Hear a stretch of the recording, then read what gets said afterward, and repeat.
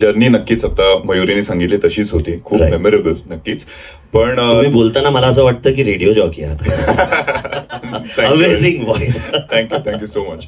So Atharva नावाचं character आहे माझं. अथर्व हा अतिशय प्रॅक्टिकल मुलगा आहे आणि ते मला खूप जास्त रिलेटेबल झालं, कारण काय खऱ्या आयुष्यात सुद्धा मी खूप जास्त प्रॅक्टिकल आहे. इतकं आपण प्रॅक्टिकल असतो कधी कधी की ते इतरांना टॉलरेट होत नाही की इतकं कसं कोण प्रॅक्टिकल असू शकतं. तर असं हे एक अतिशय प्रॅक्टिकल कॅरेक्टर आहे आणि ते मला खूप जास्त आवडलं बऱ्याच वेळेला. आता पुढे मी एक अभिनेता म्हणून पण ग्रो होताना मी बऱ्यापैकी पात्र माझ्यासारखी नाहीयेत हे बघून करतोय. पण ही फिल्म करत असताना हेच मला विशेष करून आवडलं की विशेषतः आवडलं की नाही हे मला आवडतंय, हे आपल्यासारखं पात्र आहे आणि त्याचे विचार रिलेटेबल आहे. त्याचे विचार लग्नाबद्दलचे, प्रेयसीबद्दलचे हे खूप सिमिलर आहेत.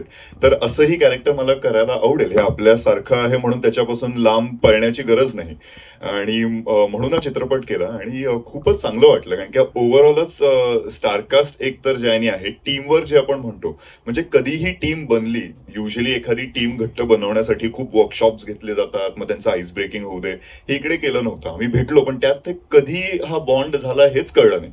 म्हणजे आता माझं जे कुटुंब दिसतंय, सुप्रिया कर्णिक असो, तर हे आमच्या म्हणजे त्या ह्याच्यात कसं ते बॉन्ड झालं ते कळलं नाही. तसंच मयुरी आणि माझी केमिस्ट्री सुद्धा आज आत्ताही बोलत असताना मी हा विचार केला की यावर कधी कामच केलं नाही आम्ही की आपली केमिस्ट्री मग काय करूया, मग हे असं करूया. It just happened. म्हणजे इट इज की we were just a characters. आम्ही आमचे कॅरेक्टर्स जगत होतो आणि ते जगत असल्यामुळे आता लवकरच सिनेमा तुम्ही सगळे सुद्धा बघणार आहात, पण आम्ही जेव्हा सिनेमा आधी पाहिला तेव्हा असं झालं की हो किती छान सगळं हे आलं आणि you actually feel for those characters. म्हणजे आम्ही ऍक्टर्स असताना आपण त्याच्यातल्या क्रिटिकल गोष्टी काढण्यापेक्षा त्याच्यात हरवून जाऊन त्या पात्रांचा विचार करत होतो. तर ते कुठेतरी मला एक सक्सेस वाटतं की इट्स कमिंग अक्रॉस आणि कुठेतरी तो विश्वास नक्कीच वाटतो की प्रेक्षकांनाही आवडेल.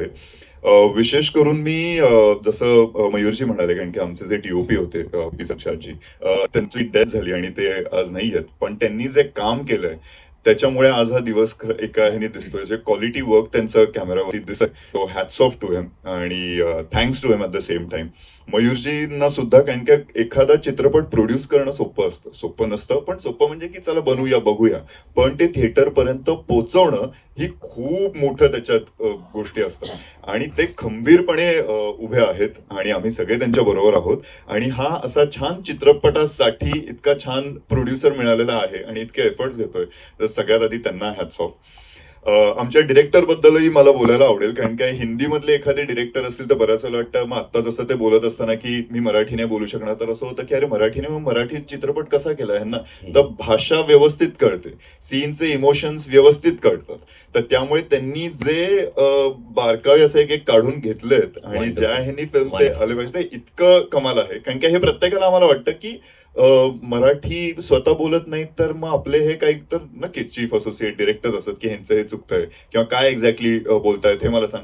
तर ते तेवढं आत्मा त्यांना माहिती, डेफिनेटली माहिती. आणि बेसिक आपण जसं म्हणतो की फिल्मसाठी एक भाषा, म्हणजे भाषा आहेच, पण तरी मेन भाषेचं हे नसतं, the emotions to come across. त्यांनी अगदी परफेक्टली हे केलं आणि इतकी मजा आली काम करताना. कारण काय खूप कठीण फिल्म होती. आज आपण जेवढं बघतोय जे ड्रामा आहे, सोपी फिल्म नाही आणि त्यासाठी एक एक्सपिरियन्स डिरेक्टर असणं गरजेचं होतं. आणि ही दोघांची टीम, प्रोड्युसर डिरेक्टरची टीम जी चांगली घडली आहे त्याच्यामुळे हे सगळं पुढे आलं. माझ्या को ऍक्टर्स बद्दलही बोलायला आवडेल मला. नक्कीच मयुरी बद्दल मी बोललो, पण मी